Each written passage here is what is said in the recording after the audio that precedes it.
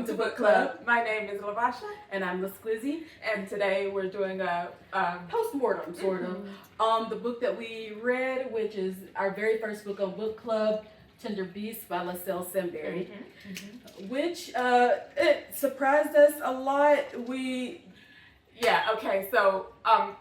So one of the feelings like at the top of my mind is that all through the book I couldn't tell if it was supernatural or if it wasn't supernatural, and towards the end it seemed to be heavily supernatural, and I wasn't sure how I felt about that. I was almost disappointed. Yeah, same. Yeah, it's real, because even though the book is real well written, but it could easily be that they're still actually having mass delusions, because all of it could easily be explained by mental break from stress. And Sunny was never okay after that first time she saw Carter kill someone, and because she could easily, and it seems like Kylie and Darren are highly susceptible to things that people say to them. And it should be noted that Ainsley was in a mental institution at some point. She was there with Shirley.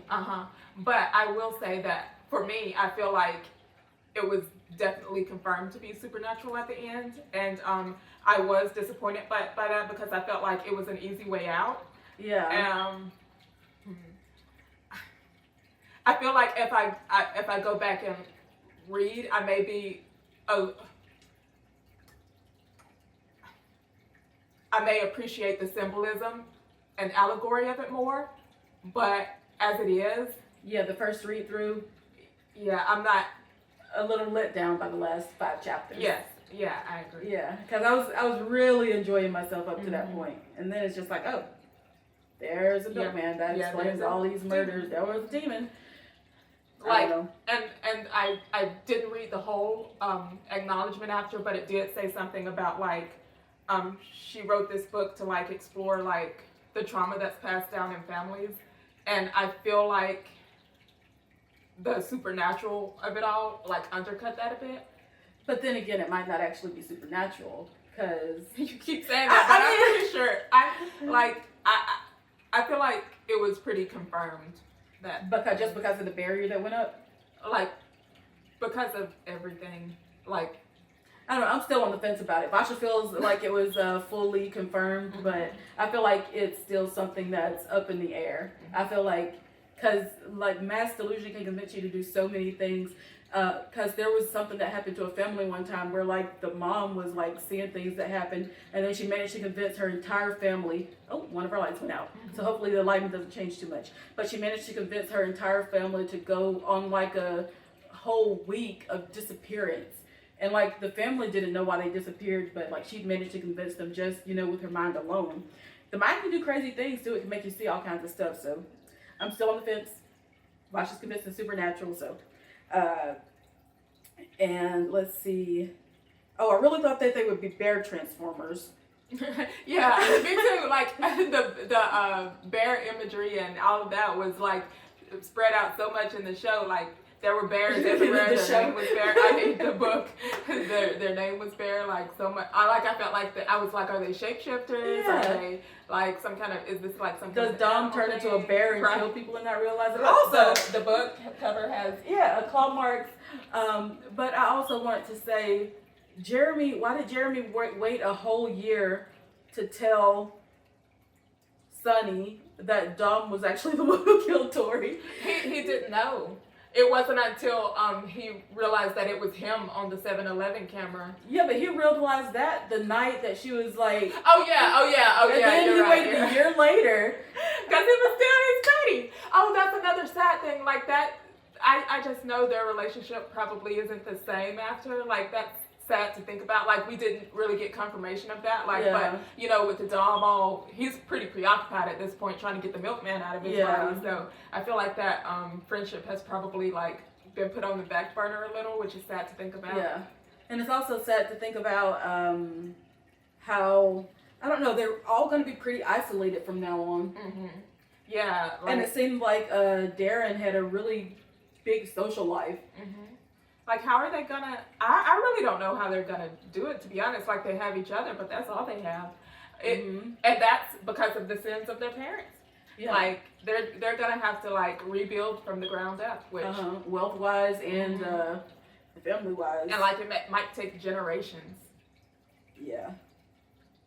Especially if it's an actual demon, because hopefully none of them have kids and the milkman will just die with Dom. Is that possible? Let's see. But I was like, turns out it's an actual demon involved, so some of the deaths seem unnecessary.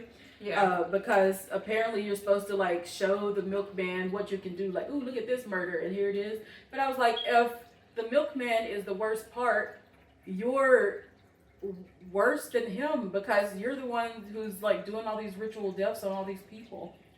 Because Dom, he killed one person. Carter and Jay, they killed like 3 or 4. It just doesn't add up. Like, I feel like if I were taking care of the milkman, if he had to kill somebody one night, a month, a year, I'd let him do that. Right, like, because that's better than like killing 5, 10 people, right? Just to show off for him, right? Like, or like whatever bad luck that he's gonna put on you. Yeah, I just feel like, I sort of feel like the end.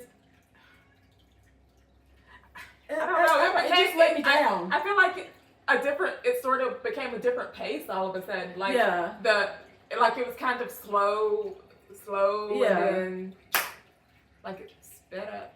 Yeah. And like we just got rid of Craig after like a little dump and just blah blah blah. And then like I don't know, everything just happened like and then Jeremy just disappeared. Were you just trying to hit a certain number of pages? Yeah. Jeremy just disappeared. Like I felt like we should at least had him have one more conversation with Dom or something, or another conversation with Sonny. I really thought that they were going to be together or something. I thought maybe there would be a little YA romance element to this book. Me too. But yeah, and which guesses did I get right? Nothing.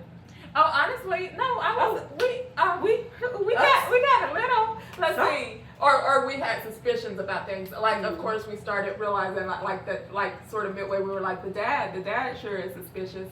Oh, yeah, we did. And what else? There was something else. Oh, you called it that, since Jeremy and Dom were sharing clothes, that it was Jeremy on the camera. Yeah, I called that. Yeah.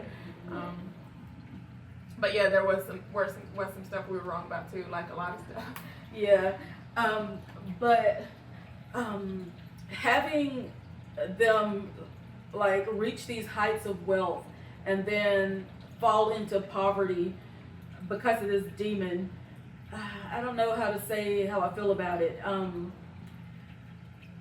Because it's kind of like I don't know why it feels like as black people this is where you belong and you can't get anywhere without like a demon assisting you.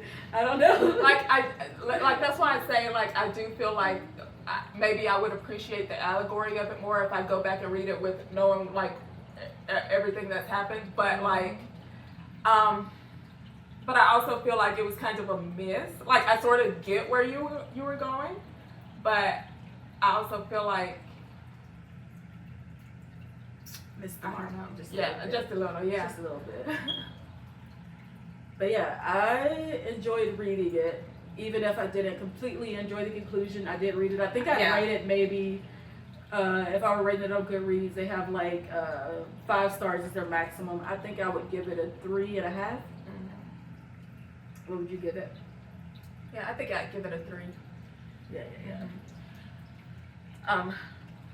Yeah, because when I was reading it, I did enjoy it. I did think it was going a little too slow at places because I was like, what is happening? Yeah. But I also, like I felt like she was just treading water for a bit because Sunny really was getting nowhere. But I also feel like that the jump in pace just, I don't know. Yeah. Once it jumped in pace, I was like, well that happened. Yeah. Like everything just at the last 5, 6 chapters. So yeah, it would have been nice if that was spread out throughout the book. Like one bit of imagery I did really like was when Sunny thought she was about to hit her head on the concrete for falling over the balcony. She was like, my head's gonna be split wide open like a watermelon. And I was just imagining like that. Yeah. And I also was like, oh, Kylie and Darren just managed to pull her up. I couldn't imagine you'd be able to like. I was like, that's why I thought they were bear shifters. I was like, oh, we're gonna realize that they are bear shifters, right? Because they were both able to just grab her and pull her up. I would not be able to do that. Like, you would be able to do that even if you were like with our brother. Like, I don't think you'd be able to pull me back up over a balcony. Mm-hmm. And when we found out Carter had killed Ziggy, I was like, oh, so she pinned her to the wall and everything? Like, how? Jake, the dad, I think he was probably involved in that too, and that's how they were able to pin her to the wall. But why did they kill people that were close to Sonny? Why? I don't know. But Jay sucks. Why was he letting his daughter do that? So, like, that's why Carter is kind of tragic. Like, yeah, because she wanted so badly to take care of the family, and she knew that Jay wasn't, you know. Yeah, that Jay and Ainsley, both of them were cowards. Like, why are you putting this burden on your kids? Right, cowardly, both of them. But yeah, that's pretty much all I have to say about that book. And our next read, as of now, our next read for the book club is, since it's Halloween, I don't know if it's going to be spooky or if it's just going to be like a romance base. It's called The Ravenous Fate by Haley Dinnings. And I saw this book on Twitter and I immediately went and bought it. I didn't even know what it was about, really. I just saw the author talking about their book, and I was like, oh, they seem excited about this book they've written, so let me go and get it.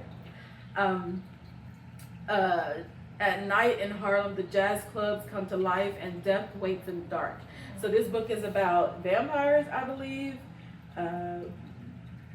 You said there's also an LGBTQ thing going? I believe so. I think it's a lesbian. Let's see. A wave of mysterious killing shocks the city, forcing Elise and Layla to work together to find out if some reapers are turning humans again or becoming even deadlier. So if you want to join us in reading this, it's The Ravenous Fate by Haley Dinnings. Yes, and we'll start releasing our discussion of this book in either the end of this month or early October. So, and how much did this cost? This one was $18 on Barnes and Noble, but I did have a discount. And I think there's an ebook version that I'm gonna get so that we can read this at the same time. And it should be cheaper. It's usually about $8 cheaper to get the ebook. But yeah, we will see you next time in book club every Wednesday at 11 a.m.